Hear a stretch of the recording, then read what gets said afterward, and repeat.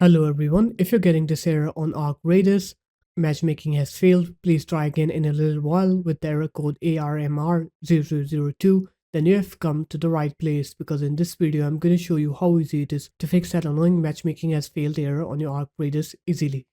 First off, what you're going to do is you're going to open up your Xbox store and then you're going to search for Xbox Insider Hub here, and then you're going to open it up.